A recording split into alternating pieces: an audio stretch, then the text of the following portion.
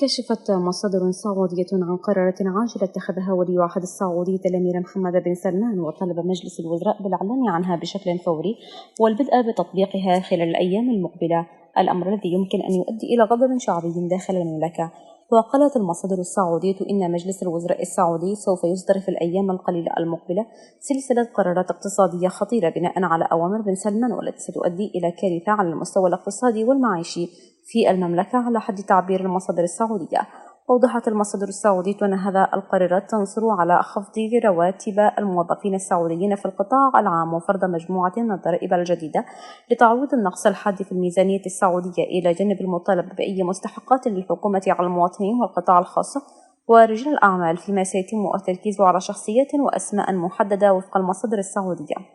وحسب المصادر السعودية فإن القرارات تشمل شركات القطاع الخاص التي سيتم فرض ضرائب باهظة عليها، وهو ما سيجبرها على تخفيض رواتب موظفيها أيضا. كما ستظل القرارات الأعمال الحرة والوافدين، فيما يستعد بن سلمان للإعلان عن إجراءات مشددة وخطيرة ضد الوافدين السعودية، فيما سيتم اختصاص جنسيات محددة بتلك القرارات الصعبة. وحسب المصادر السعودية فإن وقع القرارات على الشعب السعودي سيكون قاسيا ومؤلما، وتحديدا شريحة الموظفين، ومن المتوقع أن تشهد المملكة احتجاجات عريضة ضد القرار، الأمر الذي قد يدفع المملكة في موجة عنف غير مسبوقة.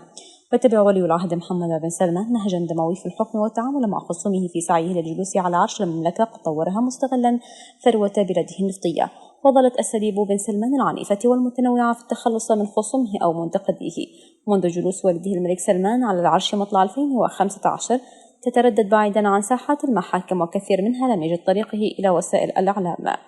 تم ذلك حتى وقعت جريمة اغتيال الصحفي المعرض جمال خاشقجي في قنصلية السعودية في اسطنبول بتركيا مطلع أكتوبر تشرين الأول 2018، وهي الجريمة التي هزت وجدان العالم نظرا لبشاعتها من حيث التنفيذ والتخطيط. لكن تظل القضية التي قام برفعها سعد الجبري مسؤول الاستخبارات الباري السابق والمستشار الخاص السابق لولي العهد السعودي الأمير محمد بن نايف أمام محكمة فيدرالية في العاصمة الأمريكية، يتهم فيها بن سلمان بمحاولة قتله هي المصدر الأبرز للمعلومات، حيث ألقت الضوء على كثير من القضايا المتعلقة بتخلص بن سلمان من خصومه ومنتقديه، وما خفي كان أعظم. والواضح أن الجبري يمثل تهديد مباشر لبن سلمان، حيث يسعى الأخير بكل الطرق إلى إسكات مسؤول المخابرات السابق. وكان آخر تلك المحاولات ما كشفت عنه رويترز أمس الأربعاء 26 من أغسطس من اعتقال الأمن السعودي لسهر الجبري. وقالت عائلة الجبري في بيان على تويتر نشره نجله خالد أنه جرى استدعاء سالم المزياني سهر الجبري يوم الاثنين لمكتب أمن الدولة حيث تم احتجازه. وجاء في البيان أن اعتقاله واختفائه هما أحدثوا أعمال انتقام وترهيب من قبل ولي العهد السعودية ضد الجبري لتقديمه دعوة قضائية أمام محكمة اتحادية أمريكية بموجب قانون حماية ضحايا التعذيب. وكانت عائلة الجبري ومصادر مطلعة على الأمر قالت لرويترز في وقت سابق هذا العام إن السلطات السعودية اعتقلت بالفعل ابني سعد الجبري البالغين وشقيقه في مارس آذار لمحاولة إرغامه على العودة إلى المملكة من كندا التي يعيش فيها. وكان الجبري مساعدا للأمير محمد بن نايف الذي كان ولي العهد قبل أن يحل محله في عام 2017 الأمير محمد بن سلمان. وذكرت المصادر أن الجبري كان مطلع على معلومات حساسة يخشى الأمير محمد أن تلحق الضرر به، ويعيش الجبري في كندا منذ أواخر عام 2017، وأقام دعوى في وقت سابق من أغسطس آب الجاري أمام محكمة اتحادية أمريكية في مقاطعة كولومبيا اتهم فيها محمد بن سلمان بإرسال فريقا لقتله في عام 2018 ضمن نهج التخلص من خصومه، لكن السلطات الكندية أحبطت هذا المخطط.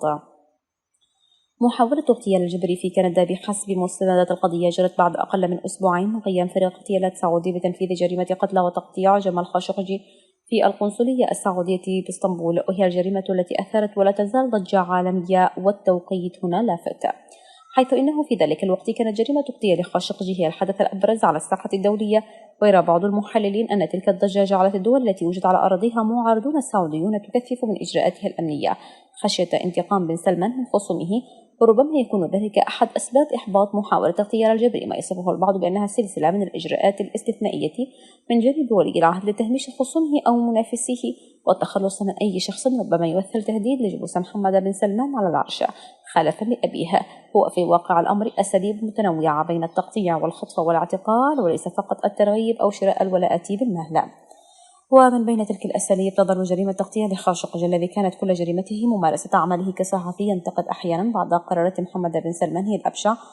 نظرا لطبيعة الفريق التي نفذها كان نائب رئيس المخابرات السعودي أحمد عسيري والمستشار الخاص لبن سلمان لسعود القحطاني، إضافة لاستخدام إمكانات المملكة المادية واللوجستية وتنفيذ الجريمة في قنصلية المملكة بتركيا بمشاركة وإشراف القنصل السعودي هناك، ما يعني تكريس إمكانات الدولة بحجم السعودية للتخلص من مواطن سعودي معارض لبعض السياسات ولي العهد. وعلى الرغم من نفي محمد بن سلمان إصدار أوامر قتل خاشقجي واعترافه بتحمل المسؤولية الكاملة بصفته الزعيم الفعلي للمملكة، فإنه لا يبدو أن أحدا يصدقه، كما أنه من الواضح أن ذلك لا يعينه كثيرا، ويبدو ذلك جلي من تعامله مع الجبر كحال بقية خصومه واحتجاز عائلته داخل المملكة، وكذلك الأمر مع عائلة جمال خاشقجي والمحاكمة التي وصفت بالهزلية لمن نفذوا جريمة التقطيع وتبرئتهم في نهاية الأمر. قضية الجبر ألقت الضوء على عملية اختطاف أخرى نفذها وأشرف عليها سعود القحطاني المشرف على فرقة الاغتيالات التي أسسها محمد بن سلمان لتكون ذراعه الثقيلة بالبطش بمعارضيها، خصوصا هؤلاء الموجودين خارج المملكة. وهذا ما كشفت تفاصيله مجلة فانتي فاير الأمريكية في تقرير عن عملية خطف الأمير سلطان بن تركي الثاني. تقرير المجلة قال إن ولي العهد اختطف ابن عمه سلطان بن تركي الثاني من فرنسا بعدما كتب الأخير رسالة انتقد فيها الملك سلمان والأمير محمد، مشيرا إلى أن الأمير تركي كان على متن طائرة أرسلها بالديوان الملكي وهبطت في الرياض بدلا من القاهرة، ومن بعدها اختفى الأمير تركي. فبحسب تقرير المجلة كان سعود القحطاني هو من قاد فريق الاختطاف الذي استطاع إيقاع الأمير تركي في الفخ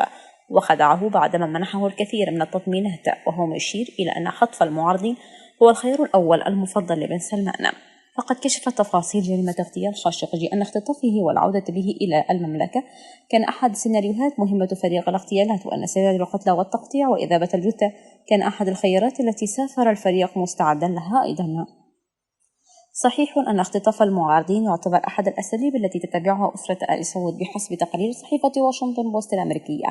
إلا أن تكرار حالة الاختطاف في فترة زمنية وجيزة منذ ظهور بن سلمان على الساحة يشير إلى نقطتين هامتين: الأولى كثرة وتنوع معارضيه بين نشطاء وصحفيين وأمراء آل سعود، والثانية مدى عنف ودموية شخصية ولي العهد نفسه بحسب شهادات كثيرة ومتنوعة المصادر. وكانت جريمة اغتيال خاشقجي قد أثرت تحقيقات دولية في انتهاكات المملكة بحق المعارضين في الخارج والداخل، وبصفة خاصة جرائم الاختطاف والاختفاء القسري ما فتح كثير من ملفات مر على بعضها عقود طويلة بحسب تقرير الصحيفة الأمريكية. وفي السياق كان تحليل رويترز حول حملة الاعتقالات الأخيرة التي قام فيها بن سلمان باعتقال عمه الأمير أحمد بن عبد العزيز وولي العهد السابق محمد بن نايف وآخرين، نقلا عن مصادر متعددة سعودية وغربية أشار إلى أن رسالة بن سلمان لمنتقديه من داخل العائلة الحاكمة مفادها لا تجرؤون على معارضة سعودي إلى العرش. وبحسب المصادر كانت الرسالة نابعة بالأساس من خوف ولي العهد من أمراء آل سعود المعترضين على الصعود غير المنطقي للشاب الذي أصفه كثير من المحللين الغربيين بالأرعن والمقامرة، خصوصا في حالة وفاة ولده الملك بصورة مفاجئة، إذ ربما تشهد المملكة حدثا آخر غير مسبوق يمثل في غياب لمشهد البيعة المعتاد منذ وفاة جده الملك المؤسس عبد العزيز آل سعود. لم تكن واقعة ريدز كارتون الشهيرة التي اعتقل فيها محمد بن سلمان غالبية أمراء آل سعود وأثرياء السعودية في نوفمبر تشرين الثاني 2017 سوى مؤشر صارخ على المدى الذي قد يذهب إليه ولي العهد للتخلص من خصومه مهما كانت قوتهم أو قرابته معهم، كونهم أعمامه أو أبناء عمته. فإذا كان المعارض الموجود في دولة خارجية مصيره القتل أو الاختطاف، فإن أي تهديد من وجهة نظر بن سلمان من أحد موجود داخل المملكة فمصيره الاعتقال والسجن.